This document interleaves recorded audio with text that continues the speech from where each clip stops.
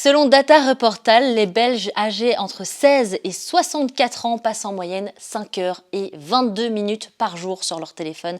C'est énorme. Vous l'aurez compris les amis, dans Avant 30 ans, dans ce nouvel épisode, on va parler de l'addiction aux écrans. Bienvenue!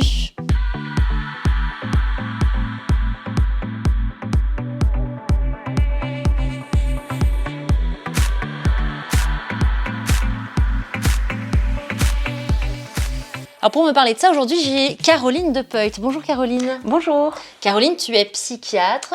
Ouais. Ouais, et également... Je confirme. J'espère. Et également autrice du livre « Je me libère des écrans ». Je confirme aussi. Oui.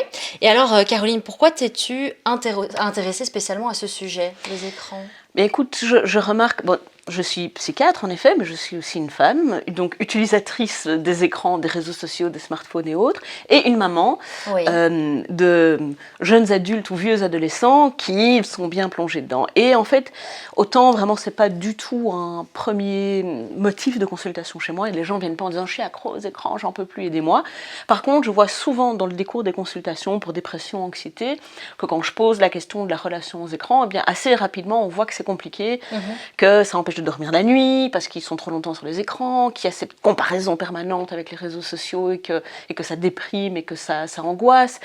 Je voyais aussi dans mon entourage tous ces parents qui disent je sais pas comment contrôler la consommation de mes enfants. Je vois aussi tous ceux qui commencent dans la vie active pour qui c'est vraiment une difficulté, qui disent je me connecte pour 1 heure et puis 4 heures après je suis là, qu'est-ce que j'ai fait ? Voilà, on connaît, je suis la première aussi concernée par ça. Et donc tout ça m'a fait me pencher sur la question, et j'avais envie du coup d'écrire un livre qui, d'une part, explique les processus d'addiction, le circuit de la dopamine, comment aussi toutes ces plateformes qui sont super malines, hein, qui ont dépensé beaucoup d'argent, comment elles font pour utiliser tous nos biais cognitifs, toutes nos petites faiblesses pour nous rendre le plus possible accros, parce que je trouve que si on comprend, on a déjà un peu plus de maîtrise pour pouvoir mettre en place des outils.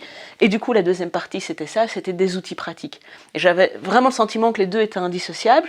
Permet de comprendre, permet de mettre en place les outils, parce que des outils tout seuls, on dit ouais, c'est évident, quoi. En fait, il faut juste éteindre son smartphone. T'es là, Ah oui, non, c'est pour ça qu'il y a des problèmes et qu'on vient vous voir aussi. Voilà. Et donc, c'est dans cette idée-là qu'est sorti le livre. D'accord. Et moi, je t'invite parce qu'on est dans un podcast du coup qui s'appelle Avant 30 ans et qui parle beaucoup de la vingtaine.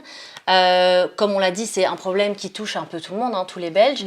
Mais est-ce qu'on peut dire quand même que cette génération, plutôt la génération Z, est un peu plus impactée ? Carrément, hein, parce que d'abord, c'est ce qu'on appelle les digital natives. Donc, la Gen Z, elle est née dans les écrans, dans le numérique, ce qui n'est pas mon cas. Je suis un peu plus âgée. Donc moi, j'ai vécu en fait toute mon enfance, mon adolescence et mon jeune adulte sans Internet. La chance. Il n'y avait pas Internet. La chance, c'est pas la chance, parce que comment je faisais pour les exposer à l'école, moi ? Je devais aller à la bibliothèque, il fallait réfléchir, il fallait demander à ses parents et tout ça maintenant. Donc en effet, les digital natives ont cette particularité-là. Pour eux, c'est un outil comme pour moi le téléphone en fait. Téléphone fixe, téléphone à cadran, là, le truc. On remonte loin. Mais, et donc, du coup, ils ont une utilisation qui est d'abord beaucoup plus intuitive.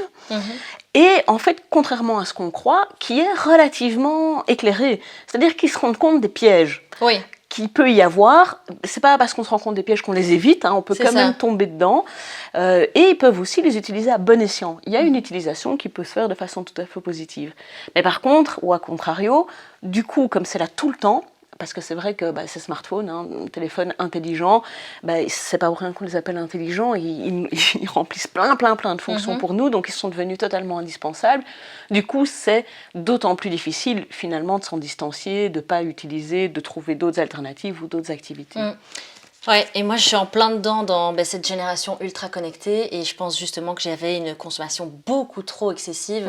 Enfin, pour moi, parce que j'étais à 5h57 par jour de temps. T'as regardé un peu dans ton... T'as regardé dans ton utilisation, oui, c'est ça. Ouais, et le pire, c'est TikTok, du scrollage pendant 2 heures par jour, ce qui est énorme, je trouve. Et en plus, pour apprendre plein de choses. Qu'est-ce que tu ressors après 2 heures de TikTok ? Justement, justement, on en parlera plus tard parce qu'en fait, je vais partager mon expérience un peu tout du long et on va parler de tout ce qu'il y a dans le livre également. Mais donc voilà, c'est pour ça que je t'avais dit que je me suis lancé le challenge de 1 semaine sans réseaux sociaux. Alors pas totalement sans les écrans, pour être très honnête. En même temps, si ça fait partie de ton travail professionnellement, Mais j'ai enlevé vraiment les applications justement qui me faisaient perdre du temps où c'était chronophage comme Instagram et TikTok. Donc j'avais supprimé Instagram et TikTok pour arrêter de scroller. Puis je me suis mise à scroller du coup sur Facebook. Et du coup, j'ai supprimé Facebook. Je me suis mise à scroller sur LinkedIn après. Bon. Après, tu t'es mise à scroller sur Arte. Là, je t'ai dit, vraiment, je suis désespérée. Non, mais c'est pour dire que finalement, je me suis rendu compte peut-être que je suis addict parce que j'ai mon doigt inconsciemment cherchait absolument à scroller. Et donc, on va parler justement d'addiction dans cet épisode. On va parler d'addiction, on va parler de santé mentale, de santé physique aussi. On va comprendre les réseaux sociaux, tous les mécanismes qui sont en place dont tu as parlé. Donc, tu as 4 heures devant toi. On va essayer de faire ça en plus ou moins 40 minutes, 1 heure. Et puis, on va terminer par justement les solutions, comment on peut reprendre le contrôle et se libérer des écrans. J'ai une première question pour toi qui est est-ce que les écrans sont nos amis ou nos ennemis? Comment on doit les voir? Mais les écrans, c'est neutre. C'est ni ami ni ennemi. Un écran, c'est un truc inanimé. Hein, donc attention, c'est ni le diable ni Dieu.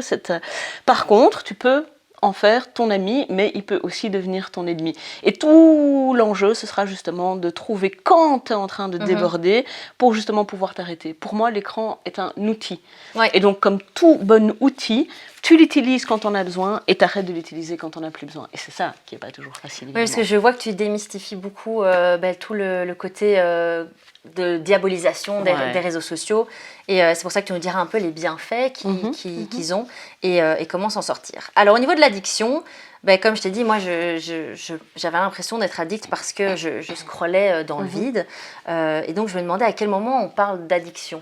Alors, on parle d'addiction quand d'abord on a une compulsivité. Alors la compulsivité, c'est vraiment le besoin de se connecter sans qu'on puisse le contrôler. Donc, tu as un feu rouge, tu sais que tu peux pas, c'est dangereux de consulter son GSM quand on est en voiture, mais tu peux pas t'en empêcher parce que tu as entendu une notification, que tu as entendu un petit ding-ding ou que tu veux voir ce qui se passe. Ça, c'est la première étape, compulsivité. Deuxième chose, c'est quand tu commences à avoir des conséquences négatives de ces comportements, mais que tu peux pas t'arrêter quand même. Donc, par exemple, tu vas dormir de plus en plus tard, tu sens que tu es en manque de sommeil, que tu as du mal à te concentrer, mais tu sais pas t'arrêter plus tôt, défilement infini.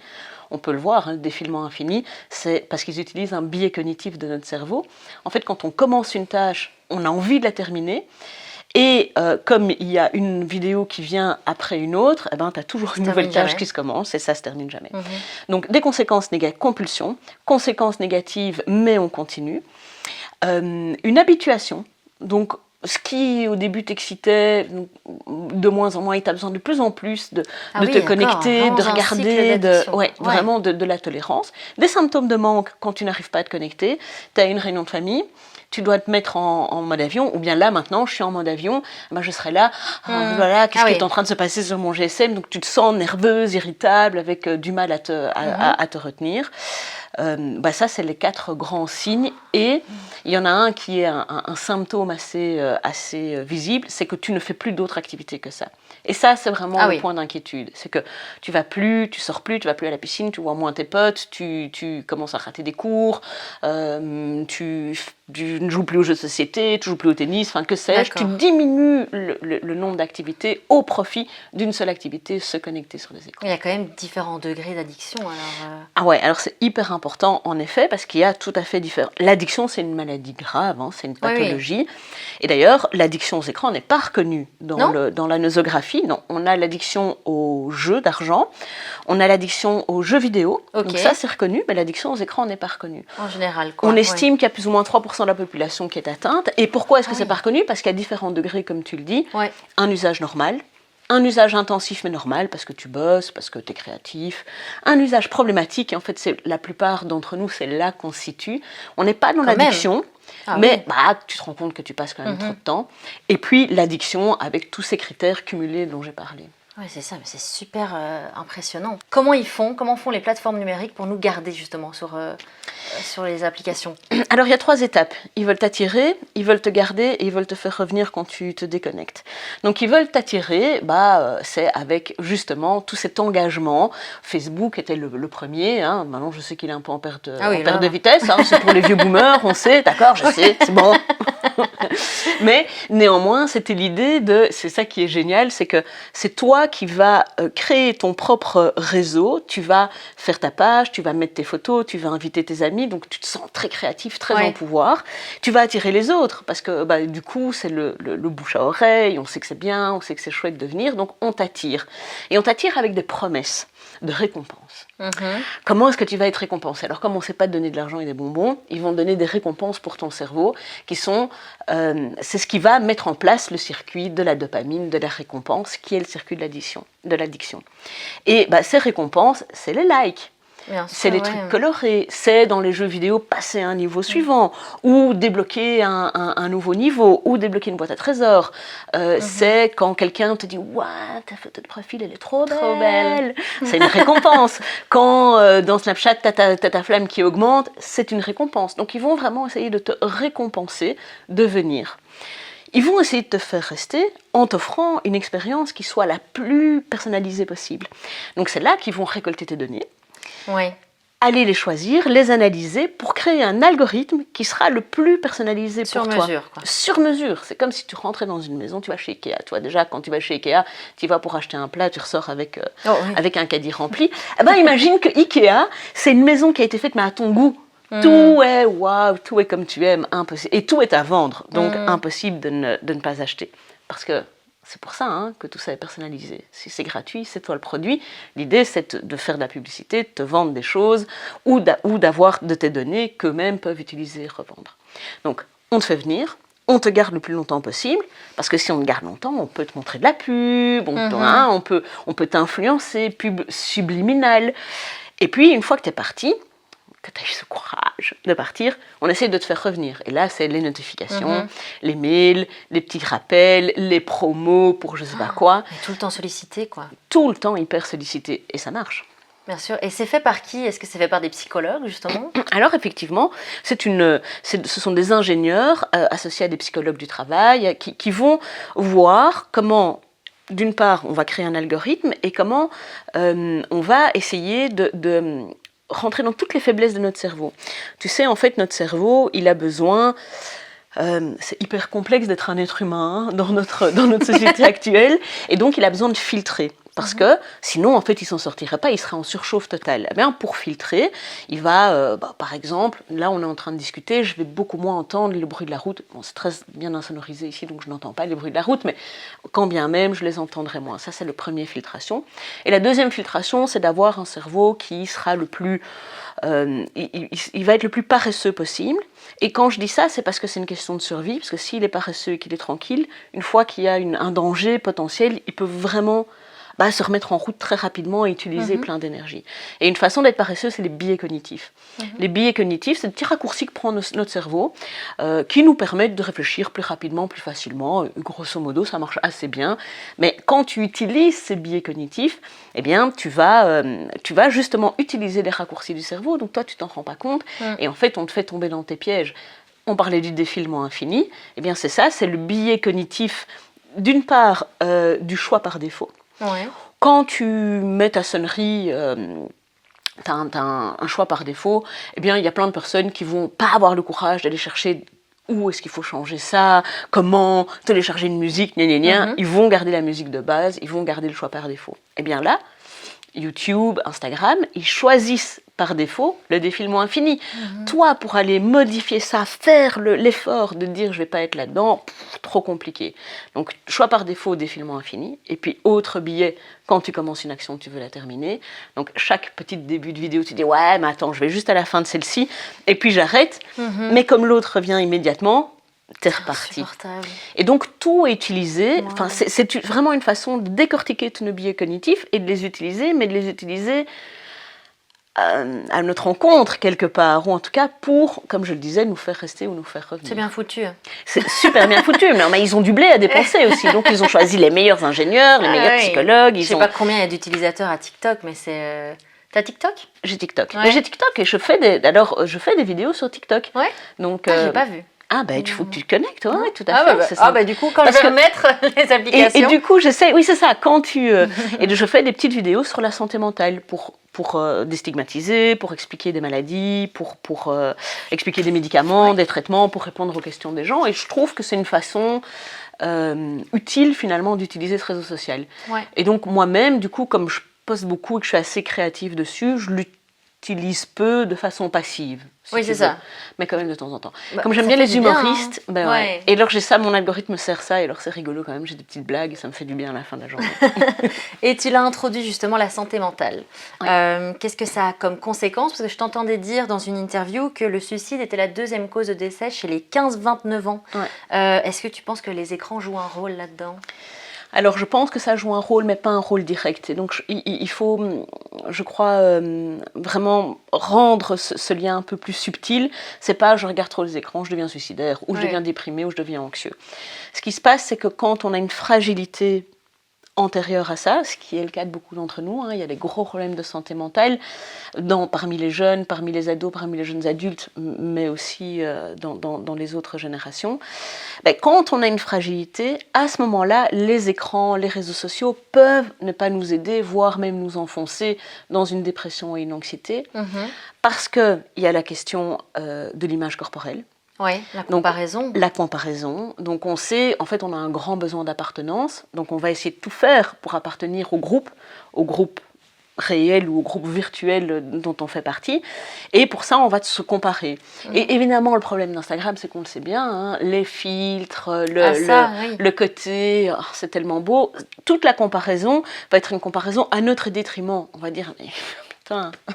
Pourquoi cette meuf a l'air de réussir sa vie si bien alors que moi je rame dans les dunes? Et surtout que là on peut se comparer avec le monde entier alors qu'avant on pouvait se comparer qu'avec les filles de sa classe ou de son quartier quoi. Oui, et donc tu vois les influenceuses, tu vois des gens d'un peu partout. Et donc du coup ça t'entraîne à te comparer, à te regarder, à dire mais en fait je suis pas assez bien en rien. La question de l'image corporelle, c'est que ça peut induire donc, ce qu'on appelle une dysmorphophobie, c'est-à-dire que tu te trouves pas... Ce que tu vois dans le miroir n'est pas la réalité. Ouais. Tu te vois plus gros, en général. Tu te vois plus gros, des grosses cuisses. Et donc, ça peut engendrer des troubles des conduites alimentaires. Donc, on le voit que les réseaux sociaux peuvent être une porte d'entrée vers l'anorexie. Ça peut engendrer de l'anxiété, ça peut engendrer des idées noires, mais c'est généralement quand tu es plus fragile auparavant, que du coup, par exemple, si tu es déprimé, tu as moins envie de sortir, c'est plus difficile d'être en groupe, donc tu auras plus de temps ou plus tendance à te renfermer et à regarder les réseaux sociaux. Donc là, en plus, quand tu vas voir ça, tu vas le voir avec ton prisme de la négativité, parce que tu n'es pas bien toi-même, et ça va faire que te conforter dans le fait que tu es seul, que tu n'es pas bien. Ouais, j'ai l'impression aussi que justement, si on est mal, le réseau social va nous proposer des choses qui vont dans ce sens-là.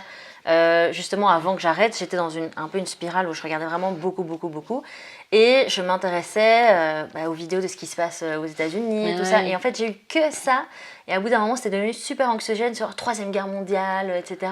Et je trouvais ça bien au début de m'informer, mais après j'ai eu que ça dans mon fil d'actualité, et je tournais en boucle là-dedans, j'arrêtais pas d'en parler avec ma maman. Elle m'a dit Chloé, stop, à un moment donné, c'est bon, mais... Et alors après du coup ça m'a rendue très très anxieuse en fait, très stressée. Donc c'est pour ça que je me dis que finalement, voilà, tu dis que c'est des personnes fragiles qui sont plus susceptibles, et sûrement, mais j'ai l'impression que ça peut nous rendre fragiles aussi. Ça. Quoi. Oui, tout à fait. Et c'est vrai que, non mais tout à fait, tu as tout à fait raison. En plus, ce que tu décris bien là aussi, c'est l'effet de bulle. C'est-à-dire que ce fameux algorithme qui te nourrit de ce que tu recherches, en fait, va finalement t'enfermer dans une bulle qui est une bulle très polarisée, parce que c'est super chouette d'avoir des avis très polarisés sur les réseaux sociaux, parce que c'est ça qui fait le buzz et donc qui fait vivre les réseaux. Et donc pour ça, on t'enferme dans une bulle, on te nourrit, on te sert uniquement ce que tu penses, on ne te donne pas d'autres avis, on ne t'ouvre pas à d'autres choses.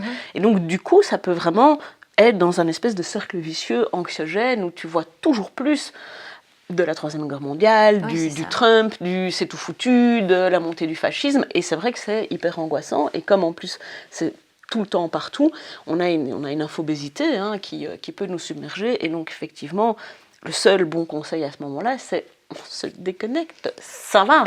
C'est vrai que parfois, du coup, quand je voyais une vidéo justement d'un humoriste, je faisais exprès de rester longtemps dessus, de liker et tout, pour dire à l'algorithme, donne-moi plus de choses comme ça, parce que j'ai besoin aussi d'un petit peu souffler, quoi. Et ça fera partie des stratégies, comment est-ce qu'on peut agir en fait activement pour modifier l'algorithme ou pour choisir ses comptes sur Instagram. Enfin, on peut quand même avoir une action là-dessus sur ce qu'on voit, ou pour justement rester ouvert, de garder plusieurs avis et pas être enfermé dans un effet de bulle. Bah, ça sera super intéressant, on va en parler un petit peu plus tard. Et est-ce que tu observes justement dans tes patients peut-être beaucoup de cyberharcèlement ? Oui, alors j'ai des patients, je traite des adultes, donc c'est sûr que le cyberharcèlement chez les jeunes, je le vois moins, même si c'est vraiment quelque chose de permanent. Et les adultes que je vois sont dans une consommation assez passive en fait des réseaux sociaux. Ils commentent pas tout. Non, moins, et donc ils sont moins pris là-dedans. Parce qu'en fait, qui est cyberharcelé ? Des gens qui osent prendre des positions polarisantes, et qui du coup peuvent subir. Alors il faut, si on prend une position forte, active, position polarisante, qu'on est une femme. Ah oui. Qu'on est originaire d'une minorité ethnique ou d'une minorité de genre, d'orientation sexuelle. Alors là c'est le combo gagnant. Si tu es une femme noire, cuir, et que tu veux mettre un avis, c'est bon, tu sais que tu vas te faire cyberharceler. Les politiques le voient, les femmes politiques, c'est incroyable. Donc, moi, de ce que je vois, ça s'adresse à une certaine frange de la population que je ne suis pas spécialement en consultation. D'accord. Et chez les jeunes, ce qu'on voit, c'est le cyberharcèlement qui poursuit en fait le harcèlement scolaire, par exemple. On parle là des jeunes. Et alors là, c'est sans arrêt. Ouais. Et ça, c'est terrible parce qu'évidemment, le harcèlement à l'école, on peut encore se dire, quand je rentre chez moi, je serai tranquille, j'ai ma chambre, j'ai mon intimité, mon lieu de sécurité.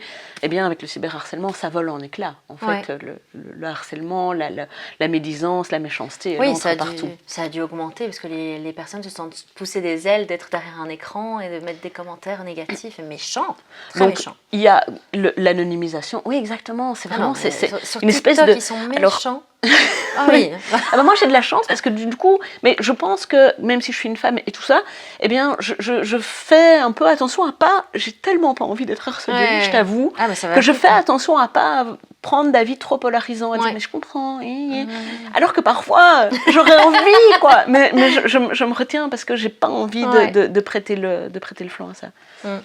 Et au niveau de la santé physique, qu'est-ce qu'on peut remarquer de la sédentarité peut-être ? Ouais, les 3 grandes conséquences qu'on a vues au niveau dans les études, c'est les problèmes de sommeil, les problèmes de sédentarité et d'activité physique et les problèmes de vue. Ça nous rend tous myopes évidemment. Et on est juste devant comme ça. Et alors du coup aussi la position, donc on est comme ça, donc on voit vraiment les douleurs cervicales. Donc sommeil, c'est évident parce que diminution du sommeil en quantité et en qualité. En quantité parce qu'on va dormir plus tard, et en qualité parce qu'on peut être réveillé par des notifications, parce que si on se réveille la nuit, pipi, verre d'eau, on regarde un peu, parce que l'information anxiogène, et donc si tu fais ça juste avant de t'endormir, tu peux quand même un peu ruminer pendant la nuit. Or, le sommeil, c'est la vie. Ça, je ne le dirai jamais assez. 8 heures par nuit ? Donc, entre 7 et 9. Alors, il y a des petits dormeurs, des gros dormeurs, mais en fait, 80% de la population, c'est entre 7 et 9. Ça permet de se concentrer, de digérer ses émotions, de réparer le corps, d'augmenter la mémoire. Donc, si tu es étudiant, dors au lieu d'étudier des nuits entières. Et donc, sans sommeil, par contre, les conséquences d'une déprivation de sommeil, c'est anxiété, dépression, maladie cardiovasculaire, obésité, prise de poids. Donc, vraiment, le sommeil, c'est hyper important et les écrans sont des grands destructeurs de sommeil. En plus, ces fameux écrans bleus, donc ça va bloquer la sécrétion de mélatonine, qui est l'hormone du sommeil. Donc, vraiment, pas bon du tout. C'est pour ça qu'on conseille de s'arrêter 1 heure avant d'aller faire dodo. Et c'est pour ça que c'est un très bon conseil qui est très éclairé. Deuxième conséquence, c'est la sédentarité Et donc, parce qu'évidemment, quand on est sur son écran, Ah oui. on bouge pas. Le temps file et on n'a pas le temps d'aller faire notre... Enfin, on n'a pas le temps. On n'a plus le temps, du coup, c'est ça, on ouais. choisit le temps. Et en plus, c'est souvent associé à de la junk food, parce que c'est quand on est là, on a le paquet de chips. Donc, ça fait diminution de l'activité physique, augmentation de la sédentarité et malbouffe, donc obésité. Et donc, on le voit ça beaucoup chez les tout jeunes. Probablement que l'épidémie d'obésité est liée au temps passé aux écrans. Et troisième chose, la vue et la position, parce que... Voilà, on est là comme ça toute la journée. En fait, la vue, elle a besoin de se rapprocher, de se perdre aussi dans le lointain. Et donc, effectivement... je me demande quand ça va me frapper, ça. J'ai pas encore de problème de vue, et je me dis, à un moment donné, ça va arriver, quoi. Oui, ou pas, écoute, je l'espère pour toi. Et au niveau, justement, de la sédentarité, l'obésité, mais justement, si je peux remarquer quelque chose depuis que j'ai arrêté ça, c'est que, du coup, ce temps, je le mets à profit pour aller faire une balade ou pour aller faire mon sport. Alors qu'avant, on se trouve facilement des excuses. Non, mais là, je suis pas dispo, je peux pas aller faire du sport 1 heure, 1h30, je les ai pas. J'ai la flemme, je suis très fatiguée. Alors que je les passais sur mon téléphone, littéralement ces 2 heures-là. Donc, Et c'est vraiment ça, la diversité des activités. Ça, c'est vraiment un truc clé que tu dis et qu'on peut retenir. C'est ce que tu prends comme temps que tu fais sur les réseaux sociaux, tu ne le mets pas ailleurs. Et comme notre temps n'est pas infini, et si tu ne vas pas sur les réseaux sociaux, si tu ne t'y mets pas, tu récupères un temps de fou pour pouvoir faire d'autres activités qui sont hyper nécessaires pour notre épanouissement, pour notre bien-être, pour calmer notre stress, pour tout ça.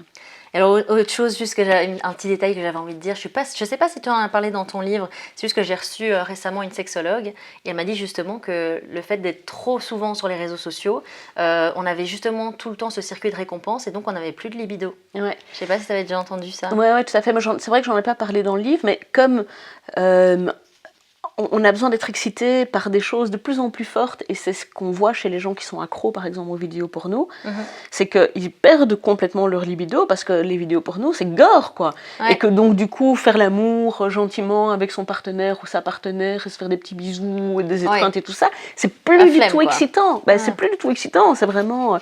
Et donc, il y a cette espèce d'escalade dans le besoin, le sentiment, le besoin d'être excité. On a besoin de stimulation de plus en plus forte. Ouais, donc finalement, un excès des écrans, ça a plein d'aspects négatifs. Mais il y a également des aspects positifs. Parlons-en. On va rester un petit peu dans le positif. Ouais. Quels sont justement les bienfaits ? Alors, au niveau des bienfaits, ce qui est assez chouette, c'est que d'abord, c'est un super outil de formation et pour apprendre plein de choses. Enfin, les tutos YouTube, quoi. Pour se maquiller, mais aussi pour construire une maison. Donc c'est vraiment, tu trouves de tout, tu peux te renseigner sur plein de choses, tu peux apprendre plein de choses. C'est une communauté. Donc on voit quand même des minorités qui peuvent se retrouver sur les écrans et sur les réseaux sociaux, qui peuvent créer des liens, alors que, je sais pas, quand tu es homosexuel noir en Arabie Saoudite, ça ne doit pas être facile en fait de vivre ça. Tu vis ça très caché parce que c'est dangereux.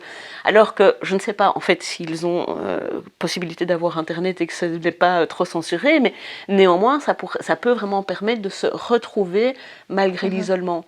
On parle là de santé mentale, on sait qu'on a quand même une grosse pénurie au niveau de la santé mentale et donc des grands délais d'attente. Eh bien se retrouver dans une communauté de gens qui vivent la même chose que nous, on peut se sentir aidé, on peut avoir des stratégies pour survivre, pour en tout cas traverser les épreuves. Le diagnostic est nécessaire, la mise au point est nécessaire. Il y a les autodiagnostics sur les réseaux sociaux, on voit, il y a de tout. Trouble de l'attention, voilà, il y a à boire et à manger. Et donc, mais c'est pas mal en fait de commencer par là. Ça donne une bonne indication et puis qu'on peut aller faire confirmer après. Donc déjà ça, c'est vraiment ça permet au niveau professionnel, on peut s'étendre, on peut se faire connaître, on peut développer ses compétences. Créer des opportunités, quoi. Créer plein d'opportunités, rencontrer des gens qu'on n'aurait jamais rencontrés, rencontrer aussi des professionnels. Moi, quand je fais mes vidéos TikTok, c'est aussi une façon de partager à un plus grand nombre que juste dans le one-to-one. Donc voilà, je trouve que tout ça c'est positif. On l'a vu pour les jeux vidéo aussi. Ça développe la concentration, ça développe le travail en équipe. Ce qui est fou parce qu'on voit les jeux vidéo comme quelque chose de très très néfaste. Ouais, moi c'est pour ça que j'insiste beaucoup là-dessus parce que je trouve que ça déculpabilise et que ça permet quand même de soutenir. En fait, ça développe une tolérance à l'erreur parce qu'en fait, t'es game over 1000 fois avant de passer ton niveau suivant. Donc au lieu de te décourager, tu te dis non, je vais trouver une autre solution. On travaille en équipe puisqu'il y a quand même maintenant plein de jeux multijoueurs. Et donc à tel point que certains recruteurs valorisent. C'est vrai ? le fait d'être des gamer sur recruteurs son CV. modernes alors. Hein. Ouais, tout à fait, des recruteurs modernes, voire postmodernes. mais en effet, donc voilà, il y a quand même des points positifs à tout ça. Donc ça développe la créativité, l'expression de soi, Ouais. etc. Et est-ce que tu dirais que justement d'avoir une relation équilibrée avec les écrans, est-ce que ça se parle en temps d'écran ou juste de ce qu'on en fait? Non, ouais, bah ça c'est important, c'est pas les temps d'écran parce que si tu dois l'utiliser pour ton job ou tu peux passer beaucoup de temps, mais tu arrives à t'arrêter le week-end, tu arrives à avoir d'autres activités, tu arrives à te débrancher au moment des repas en famille, donc tu peux passer beaucoup d'heures, mais ces heures elles sont actives, elles sont créatives et elles sont avisées de t'informer ou d'informer les autres. Donc le temps n'est pas vraiment un facteur discriminant. Par contre, l'utilisation passive ou active, oui. On voit que si tu es très passif, tu auras plus de chances de développer de l'anxiété et des troubles dépressifs, alors que si tu es actif, que tu crées des vidéos, moins. Et la façon dont tu consommes aussi ces écrans, est-ce que dans mon livre, il y a un petit test comme ça. Comment tu te sens avant, comment tu te sens pendant et comment tu te sens après. Parce que parfois, ça nous énerve tellement que moi, j'ai quitté X. Parce qu'en fait, ça m'énervait, quoi. Ah oui, ça m'énervait de voir cette débilité qu'on disait. Ça m'énervait de ne pas pouvoir dire, parce que je voulais pas polariser encore plus, parce que je voulais pas être la cible après ça de dégénérés qui allaient venir me Sur Twitter aussi, ils sont un peu fous, apparemment. Fou, non, mais là, c'est d'une agressivité qui est décomplexée et qui est sans nom. En fait, après tout ça, je me dis, pourquoi je m'inflige ça, en fait? Et j'ai quitté, ça va très bien. Ouais, j'imagine. Après, le petit moment de déshabituation, de dire, je vais prendre Twitter, je vais prendre X, ah non, je l'ai plus, en fait, ça me va très bien. Donc, c'est important de pouvoir vraiment l'utiliser à bon escient, se poser la question, est-ce que ça me fait du bien ou pas? Parce qu'en fait, si ça me fait pas du bien, je suis pas obligée de continuer ou de continuer dans cette voie-là ou de cette façon-là. Et justement, on va parler de... le titre, c'est « Je me libère des écrans », plutôt comment on reprend le contrôle. Qu'est-ce qu'on fait? Il y a quatre étapes dont tu as parlé dans le livre. Il y a 4 étapes pour maîtriser sa consommation digitale. Donc, l'idée d'abord, c'est de faire le point, de voir où on en est, de dire, par exemple, combien d'heures je passe, sur quels réseaux sociaux, où est-ce que j'en suis. Et du coup, ça permet déjà de se dire, et qu'est-ce que je veux faire avec ça? Et soyons réalistes avec nous-mêmes, soyons aussi bienveillants, c'est ok d'être sur les réseaux sociaux, sur les écrans, c'est ok de glander un peu, mais qu'est-ce que je veux faire? Et donc on peut se mettre des objectifs très clairs. Et ça c'est la deuxième étape, c'est de réveiller ce que j'appelle réveiller le cortex préfrontal. En fait, ce qui vient aider à assagir un peu ce circuit de la dopamine qui est déréglé, c'est notre cortex, c'est le grand sage intérieur, pas le singe. Le sage. Le grand sage intérieur qui va dire pas maintenant, pas tout de suite, maintenant tu vas t'arrêter, il faut aller faire dodo. Tu as envie de ce paquet de chips, mais tu vas manger dans un quart d'heure, donc pas maintenant. Ou bien tu as envie de ce paquet de chips. C'est raisonnable alors. Voilà. Et bien, on va le réveiller, on va l'activer. C'est ça en fait, on a le super pouvoir en nous de pouvoir nous-mêmes nous modérer. Et donc, par exemple, c'est en se posant 2 questions. Pourquoi est-ce que je me connecte et combien de temps je vais rester? Pourquoi est-ce que je me connecte? Est-ce que je me connecte de façon compulsive et on a un feu rouge? Alors peut-être qu'en fait je vais répondre non, je ne vais pas me connecter maintenant et je vais attendre un peu. Ou parce que j'ai vraiment besoin de voir mes emails, d'avoir cette information, je choisis de me connecter. Et combien de temps? Et de se le dire avant et de garder ça et de se mettre un minuteur pour justement limiter le temps. Puis il y a l'idée après de se désensibiliser, de resensibiliser finalement son circuit de la dopamine, puisqu'il est désensibilisé, il est habitué, on a dit, il a besoin de toujours plus d'excitation. Et donc pour ça, il faut passer par des moments de déconnexion. Mais ces moments de déconnexion, ils sont choisis, ils sont assumés, et on en profite pour faire d'autres activités, comme tu le fais, c'est ça qui est génial. Donc on découvre plein d'autres activités, donc on resensibilise son système dopaminergique à des choses naturelles. Et comme le disait la sexologue, où elle dit, en fait, ils n'ont plus de libido, parce que le sexe... c'est de la dopamine naturelle. Et donc par rapport à la dopamine virtuelle des écrans ou de la cocaïne, en fait ça peut paraître un peu fade, parce qu'on est désensibilisé, mais si on est arrivé à se déconnecter, à reprendre un peu la sensibilité à ça, on se rend compte que c'est génial de se rencontrer, de voir un coucher de soleil, d'écouter de la musique, de faire l'amour. En fait, on est plus déconnecté de la réalité, on est plus connecté au monde virtuel qu'au monde réel. Oui, et qu'il y a un monde virtuel il est virtuel, il n'existe pas en fait. Donc évidemment, comme il n'existe pas, il est rose bonbon, mais c'est pas la réalité. Et du coup, après, quand on se retrouve confronté à la réalité, on peut être un peu déçu, désappointé ou un peu le seum, quoi. On est là, ouais, putain, la réalité, c'est quand même... la routine, mais alors que justement, si on utilise le virtuel, c'est gai d'avoir effectivement des petits moments, mais qu'on sait que dans la réalité, il y a du bon, du moins bon, parce que c'est ça aussi. La réalité, effectivement, c'est du cool et du pas cool, c'est du positif et du négatif, c'est du bonheur et du malheur, c'est de la joie et c'est des pleurs. Mais c'est ça qui fait le sel de la vie. Sinon, qu'est-ce qu'on s'emmerderait, pardon. Mais non, mais c'est vrai. Oui, s'il n'y avait pas de up and down... Imagine, tu soutiens l'Union Saint-Gilloise au foot. Ah, ça, mon copain, il peut... Imagine. Oh là là. Eh bien, si l'Union Saint-Gilloise gagnait systématiquement tous ses matchs, ah oui, non. On n'irait pas les voir, on ne les encouragerait plus. C'est parce qu'ils perdent de temps en temps, qu'on ne sait pas, et qu'il y a du suspense. La vie, c'est ça, la vie, c'est du suspense. C'est une belle métaphore, merci beaucoup. Et alors, justement, quand je parlais justement de ce problème des réseaux, moi, on m'a donné des petites astuces. Je ne sais pas si toi, tu les valides ou pas. Le fait de mettre son écran en noir et blanc. Oui. Alors, il paraît effectivement que... Moi, je n'ai pas essayé, mais il paraît qu'il y a des études qui montrent que mettre son écran en noir et blanc...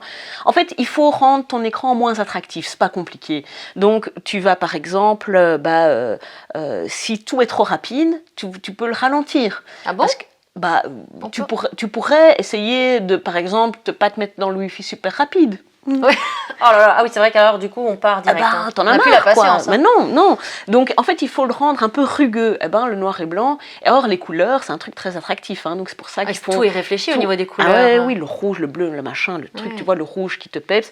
Si c'est en noir et blanc, ça fera. Donc c'est vraiment le rendre un peu moins attractif et un peu moins rugueux dans cette idée-là, le noir et blanc. Et il y a aussi ce truc de temps limité. Tu disais quand on se connecte de se demander combien de temps on va rester. Et ça fait longtemps que je me suis mis un timer.